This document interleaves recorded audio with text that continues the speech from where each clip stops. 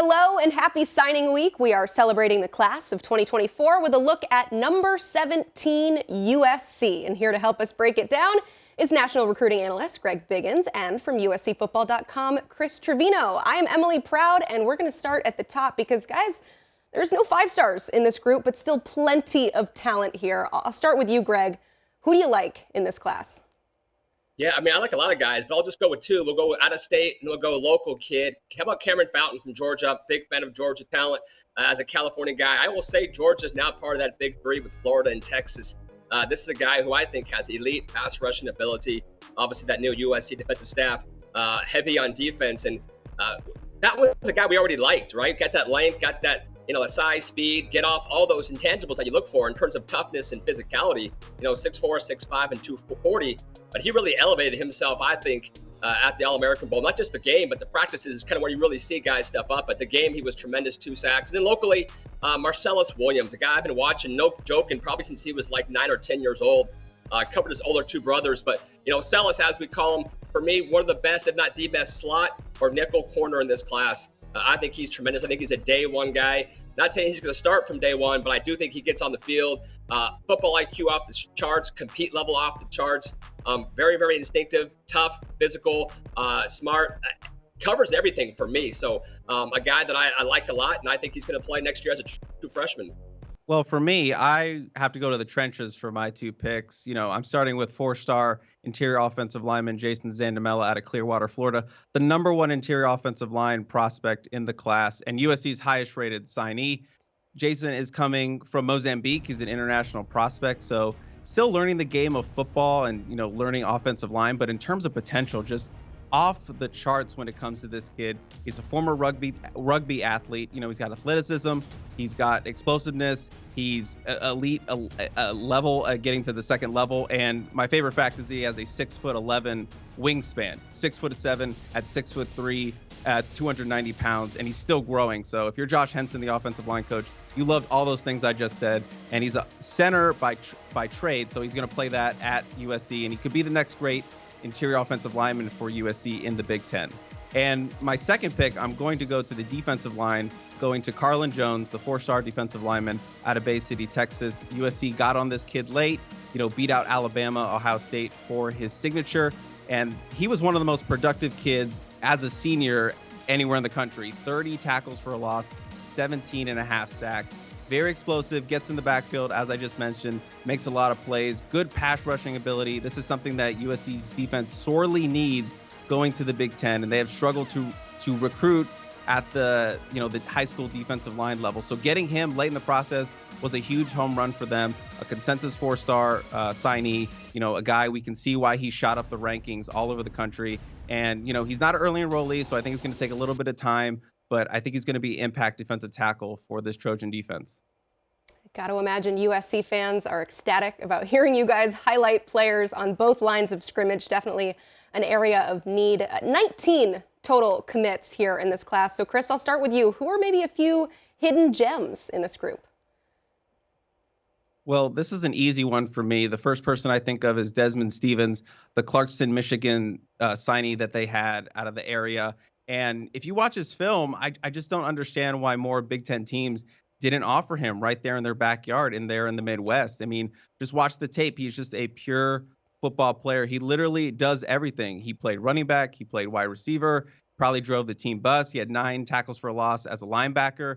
He started out his career as a wide receiver and cornerback, kind of grew a little bit bigger and then moved to that, second level in the middle. You could do so much with him.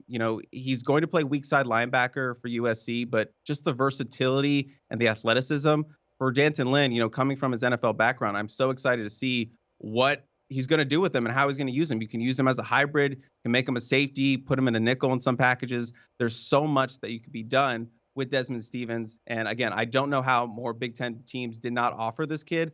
So I think USC, made out like a bandit and got him out of Michigan, and they're really happy to have him. He's an early enrollee, so he's already learning the defense. And I think he's going to make an impact sooner rather than later for USC.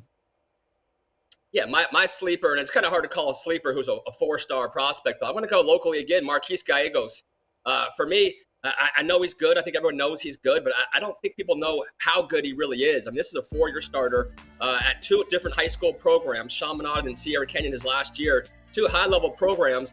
And I watched him during that little 5-year COVID season we had out here, and he was tremendous as a freshman starter. Ball skills, for me, probably the most instinctive safety in California.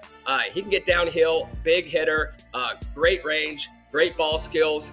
Already put on 12 pounds, his pops told me, early enrollee. I think safety was a pretty big need for USC. This is a guy, again, depending on just the depth chart, I think he's at least a guy who can play on special teams, but down the road, to me, I think he's a multi-year starter, potential future captain, and I love the way Gallegos plays football. All right, so I know today is all about celebrating signing week and this incoming class, but Lincoln Riley loves him some portal. So looking at this year's haul as a whole, 11 portal guys, 19 signees from high school. Chris, who are some guys who can make an instant impact for the Trojans this fall? Yeah, I have to start with the transfer portal if we're talking instant impact, and I have to go with the big defensive tackle Isaiah Rakes out of Texas A&M. USC sorely needed a big-bodied nose tackle for Danton Lynn's scheme. He's 6'2", 320 pounds. USC's roster did not possess a defensive lineman of his size. Under the Alex Grinch era, they had smaller, quicker defensive linemen. That is no longer the philosophy with Danton Lynn and that 3-down front that they're going to play, especially in the Big Ten. They need to get bigger, and they needed a big nose tackle like Isaiah Rakes. He was kind of a backup at Texas A&M for most of his career, but he's going to be a plug-and-play starter for USC, going to free up Bear Alexander to move to defensive tackle, not have to deal with so many double teams. That's going to be Isaiah Rakes' job, to handle those double teams, eat up space for those linebackers and Bear Alexander to make plays in the backfield. So if everything goes to plan, he's going to be a building block for Danton Lynn in the middle of that defense. And if I want to go a little bit more with high school, I can go Xavier G.J. Jordan for the wide receiver unit. He is an early enrollee, 4-star receiver out of Sierra Canyon. USC returns a really, really talented wide receiver core for next season, but they lose a lot. Brendan Rice, Taj Washington, their top 2 receivers are off to the NFL. They had 3 contributors go into the transfer portal of their own to other programs, so they need more guys in the rotation. Xavier Jordan, very talented. He's there in the spring, as I mentioned, so getting the chemistry down with Miller Moss and those quarterbacks, learning the offense. This is a guy I think could come in right away, maybe help on special teams, play in the rotation, and then work his way into being an impact player in year 1 for this offense. I love what they did in the portal. I think they got a couple guys, multiple guys that can come in and play right now. But for me, Kamari Ramsey, I'm a huge fan. Another guy, being a little biased, I've been watching this guy since he was a freshman, sophomore in high school. But I thought safety was a big need for USC. And I think Ramsey coming over from UCLA, I think after, their defensive end, Latu, Ramsey was their best defensive player on one of the better defensive units in college football last year. Already knows Danton Lynn's system. And that was a huge reason why he transferred across town from UCLA to USC. That was his guy, Coach Lynn. He knows the defense. He knows the scheme. He's an early enrollee. And for me, this guy's a dude. Just downhill banger in the box safety with some range and ball skills. And I also I'll stick with the Pac-12 or former Pac-12. I still make that mistake. Easton Mascarenas Arnold.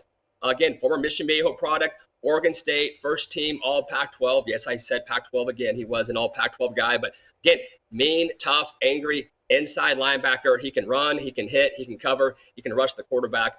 Does everything well, extremely smart, extremely intelligent. Another guy who's there early. And I think both these 2 guys, because they're smart and have that college football experience, especially Kamari, who knows that defense from Coach Lynn playing for him at UCLA, I see both those 2 guys not just competing, but I would be surprised if they're not both in that starting lineup next fall. Greg, it's okay. The Pac-12 did exist at some point, so we can still refer to it. There's still people saying Pac-10, though, so you're doing better than that, right? Yeah, I'm still a little sad about it. It's all right. We'll get used to it, though. Along those same lines, though, when you look at this class as a whole, how do you see it fit with what Lincoln Riley wants this program to accomplish as they make that transition to the Big Ten, Greg? So I think the biggest need for USC, obviously defensively, right? That was, if you live in Southern California like I do, you constantly hear it everywhere, just defense. And also just being more physical in the trenches, going to the Big Ten. Maybe the most physical conference in America. They need to help in the trenches, and I think they needed some grown men. And I think they did a nice job, especially in the portal. I really like what they did, getting some dudes in that portal with college experience. They made an emphasis, I think, to get offensive linemen with some toughness and some physicality. Not finesse guys, but some guys that are just kind of road graders that play mean and angry and nasty. You got to have that. And on the defensive line as well, Chris pointed out a couple of those guys. So overall, the class, people will complain, oh, USC, you should have a top 5, top 10 class every year. I'm good with this class. Obviously you want to have a top 5 class, but I think the guys they brought in fit their system, especially on defense. Lincoln Riley will always be able to put points on the board defensively with that staff that they just brought in, with these guys, the portal. I think things are going good. I like the way things are trending right now for USC. Yeah, Chris, you guys both talked about this defensive overhaul and D'Anton Lynn coming in and being kind of this spearhead in charge of working with the defensive talent they have coming in. So looking at all of that as a whole and everything they've done to really turn over the defensive side of the ball, what should expectations be for the jump that unit's going to take this fall? Yeah, it's really interesting, seeing the guys that they brought in, and the expectations will be high because D'Anton Lynn turned it around so fast for UCLA in one season, taking them from the bottom to, one of the best defenses in the country, especially as a run defense team. It will be a different project for USC because, they've had to fill some of those holes, and I think they've done a really good job of getting some of those defensive bodies, like I mentioned with Isaiah Rakes, getting bigger defensive linemen. They still need a little bit more work to be done, but I think we can expect a sizable turnaround for USC. Now, again, that won't be that hard because USC was so bad near the bottom of the country in most categories. So even minor improvements, you're going to see big jumps. But I know USC fan base really excited about this staff that Lincoln Riley has brought in and developed. And they're not going to be a recruiting staff. They're going to be a team that develops talent. That's what he told, media and fans, that you will get developed if you come to USC. We are going to play elite defense at USC, and by the coaches that he's brought in for that defensive staff, he's living up to that promise. But we're gonna have to see it on the field. But I think they've got a lot of good defensive players in this class, especially through the portal. And I've got some guys I'm excited to see them develop for the future, and I think some of them will be able to contribute in 2024. All right, guys. Looking forward to seeing what becomes of this class. The standards are set incredibly high with a true freshman All-American from last year in Zachariah Branch.